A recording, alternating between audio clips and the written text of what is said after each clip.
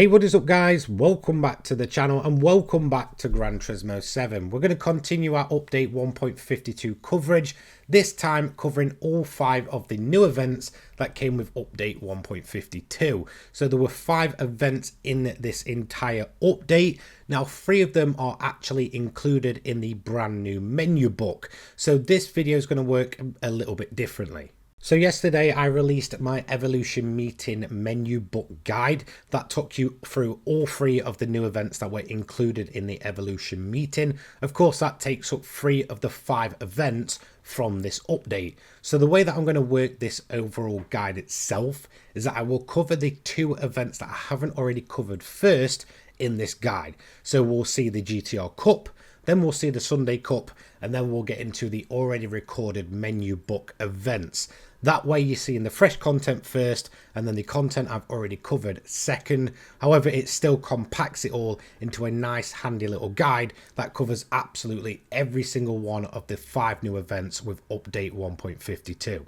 Before we get into the video though, don't forget to leave a like, subscribe and turn your notifications on so you don't miss an upload. So let's get started then. The Nissan GTR Cup up first, finally getting a new event, of course, around the brand new GTR that we do have in game. This is going to be 3 laps around St. Croix. There is going to be 16 cars on the grid. We are actually regulated in terms of the tyre, so it must be a sports compound and a 700 pp car or less. Of course, the regulations are any type of Skyline GTR or Nissan GTR. First place is going to pay you out 94k, 56,400 and then 37,600. Main rival cars, of course, a selection of different GTRs. And in terms of the BOP and tuning prohibited, that is off. Car use must be a garage. Car settings allowed. Mechanical damage and shortcuts are off. So it's time to go and test out the brand new Nissan GTR. So here we go. As you can see, the Nissan GTR is brand new. This is the 2024 T-Spec edition. Of course, in terms of the revisions to the car, we do actually have some new looks to it. This is a great car overall to use for this event, and probably what most people are going to gravitate to, considering how fresh it is to the game. Now, in terms of the event itself, it is on one of the very long layouts of St. Croix. It's also the one that was used in the recent WTC 800 event.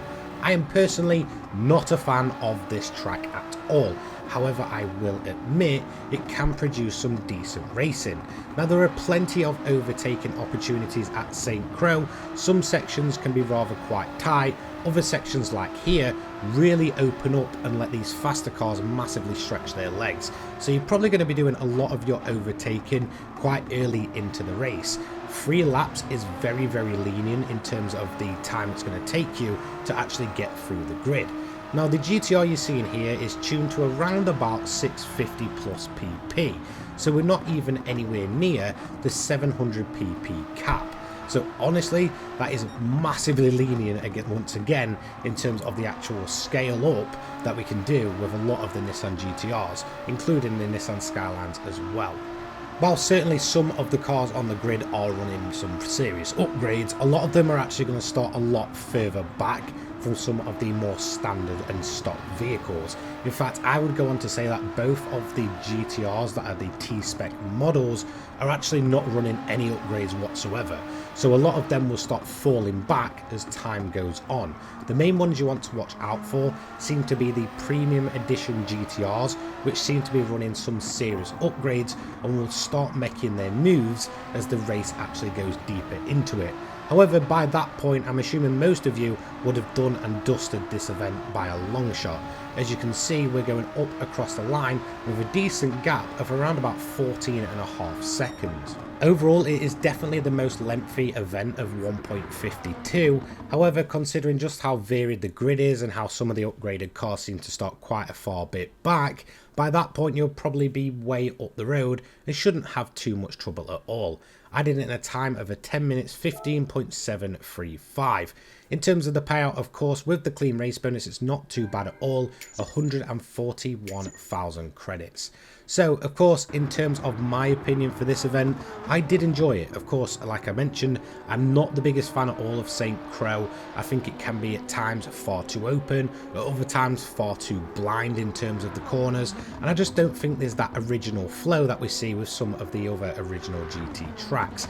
However, in terms of a, I guess, exhibition race and showing off all the different GTRs, I think it looks absolutely incredible, especially now we have the brand new T-Spec. It's definitely enjoyable and definitely the longest one of update 1.52. Up next, we finally have the return of the Sunday Cup. This is, of course, the original menu book and the original OG events for really any Gran Turismo game.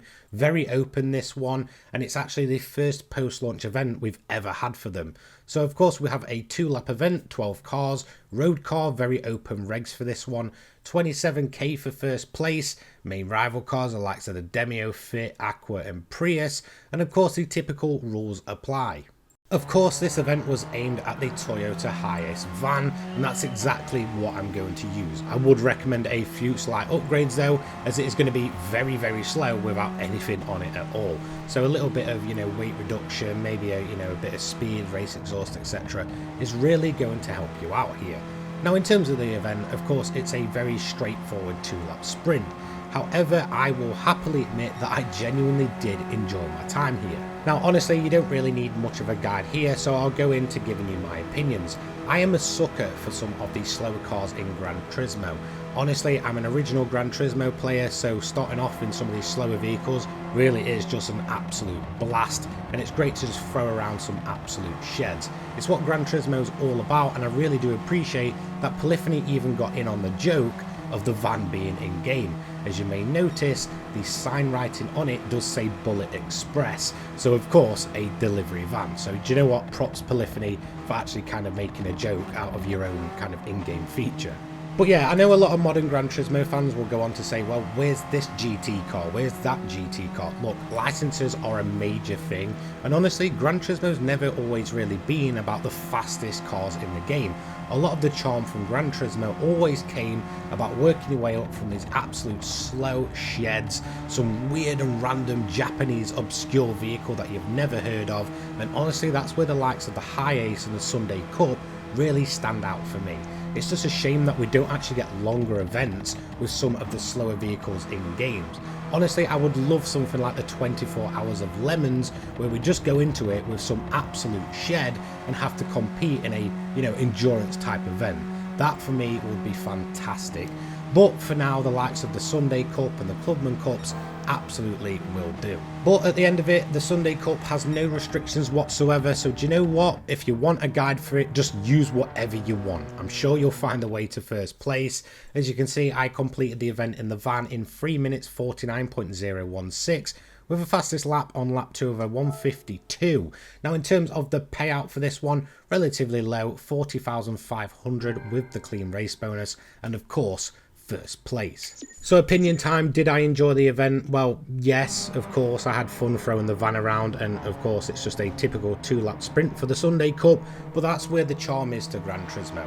Polyphony have always gone out their way to include almost everything, not just the supercars, the sports cars, race cars, they also include vehicles that no other gaming company would. Where else can you throw around a Toyota Hiace on a gaming console in the comfort of your own home? So with that, let's move on to the Evolution Meeting menu book. So of course, event number 1 is going to be at Kyoto Driving Park. This is going to be a 3-lap race. Now, the rewards for completing this race isn't too bad, 70,000 credits without the clean race bonus. It's a 3-lap sprint race on the full layout of the track. There are going to be 12 cars, including yourself. Of course, the regulations, it has to be a Mitsubishi Evo. It can be any generation whatsoever. As you can see, the rewards are 70k, 42k and 28k for the top 3 places.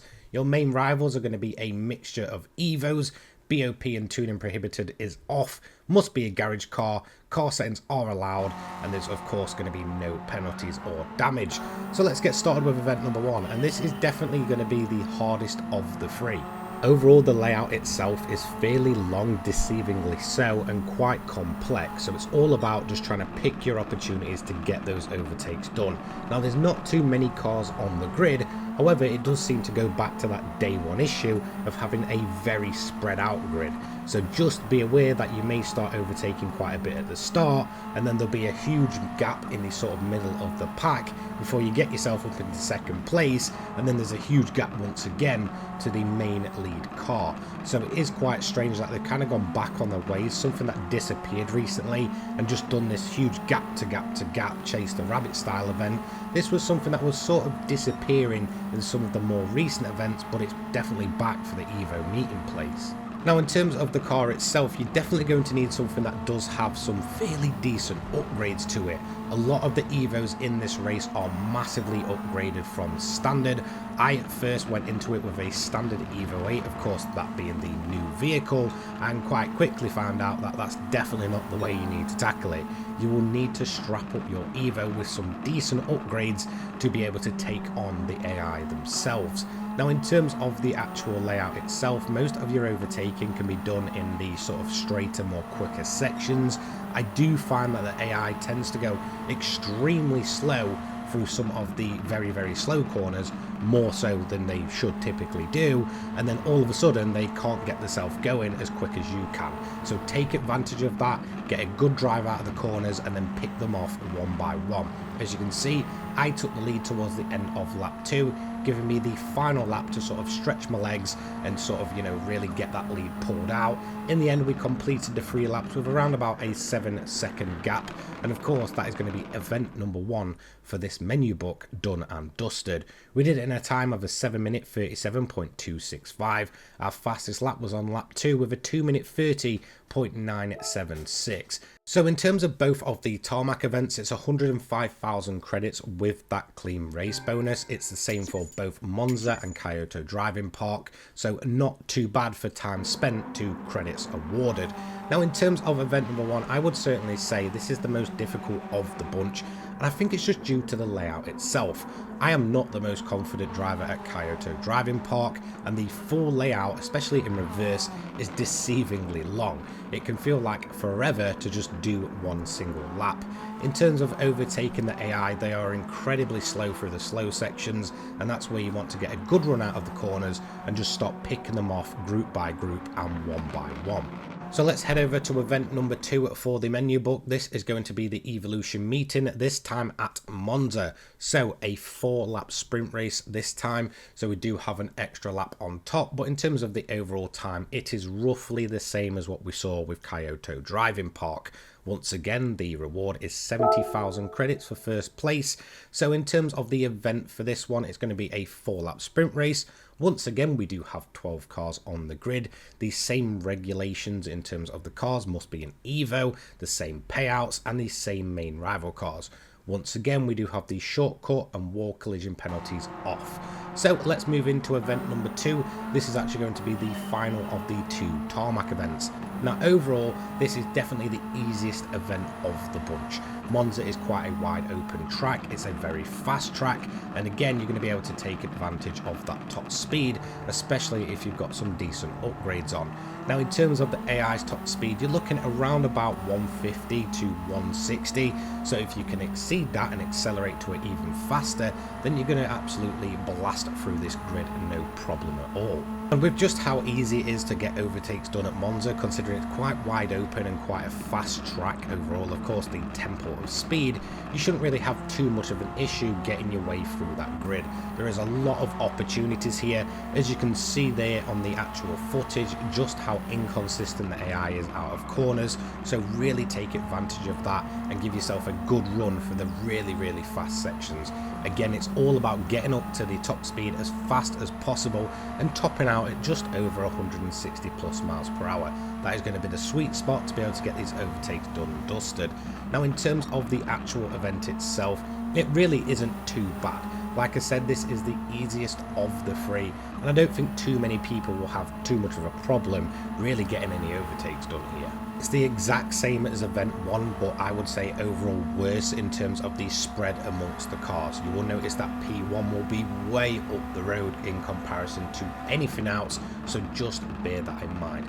The only real key issue I could see happening here for any player would definitely be turn 1 and turn 2, so the tight little chicane section that is going to be an absolute nightmare, mainly because of how early the AI actually brake for it, meaning that by the time you actually do get behind them in turn 1 and turn 2, they are crawling through it and quite often will just kind of block you on the exit, so just be aware of that.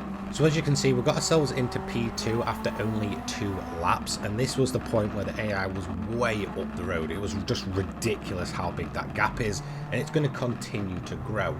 Although the Evo itself really should be, made short work of, just be aware that if you aren't running some pretty decent upgrades, you are more than likely going to struggle to get that gap down even over the 4 laps, which is a pretty fair amount.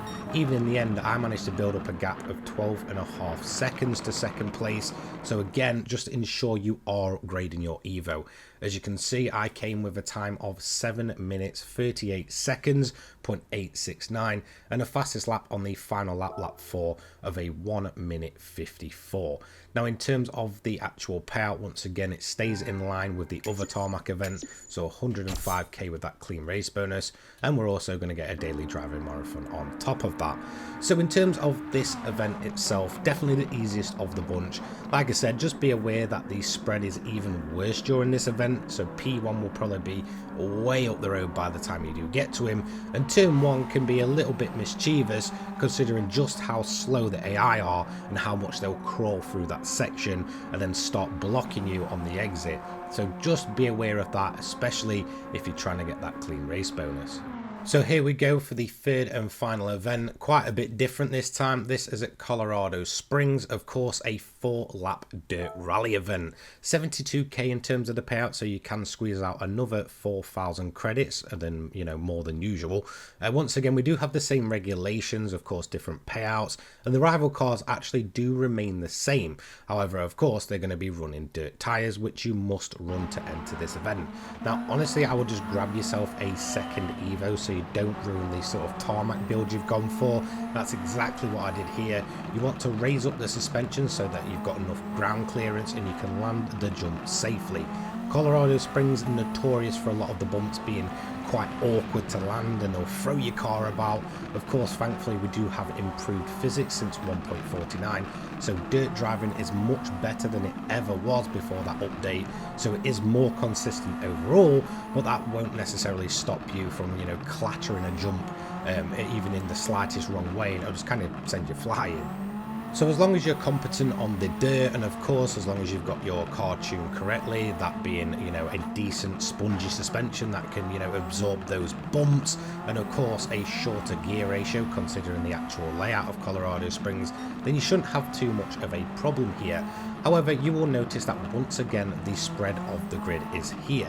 Now it does seem that Polyphony has kind of just taken the road going versions that we've been racing on tarmac and just slapped them on dirt tyres. They are incredibly all over the place. You'll notice that some cars handle it better than others, and some will just kind of struggle, and they'll mainly struggle at actually getting through the corner itself. As you can see there, the Evo just in front, very, very slow and inconsistent, so just bear that in mind that you don't absolutely wipe them out. Now in terms of the leader, once again they do have a pretty large gap to the rest of the field, but you should be able to get this done and dusted no problem at all. Honestly, the field itself, there's not many AI, and to be honest, 4 laps is quite a fair amount to actually get them all chased down. As you can see, in the end, I pulled out a 25.7 second gap. And once again, I just think that's down to how Polyphony have sort of tuned the cars and transferred them from the tarmac to the dirt. As you can see, a 5 minute 53.166, a fastest lap of a 125.420 on the final lap. Now, of course, I did clatter one of the barriers, so I didn't get the clean race bonus here, so 72k for that first place. Of course, a little bit extra if you do get that clean race bonus. So in terms of Colorado Springs, it's certainly an easy event, and the AI are incredibly inconsistent once again on the dirt. Really, all you need to do here is just ensure that you've got some decent upgrades on, a decent suspension tune, and of course, you can actually drive on the dirt itself. Overall, this is a fairly easy event that shouldn't give people too much of a problem whatsoever. So there we go. So there we go, that is the update 1.52 event guide done and dusted. I honestly really enjoyed these events much more than I originally thought I would. And I think that's what it's going to come down to about how much you're going to get out of these 5 new events, is mainly going to be down to if you enjoy the 3 new cars that came with the update. Now, for me personally, I absolutely love them. Even the van, of course, I mentioned that it's just a charm to it when it comes to polyphony and adding in these random vehicles that no one else really ever would. Honestly, I enjoyed all 3 of the new cars. The new GTR for me is an absolute must to have the most up-to-date model in any Japanese racing game, and they've finally pulled through with that. The van is just an absolute joke of a vehicle. It's hilarious to drive, and of course the Evo 8 is just fantastic. So there we go. That is the update 1.52 events done and dusted. See you later, guys. Peace.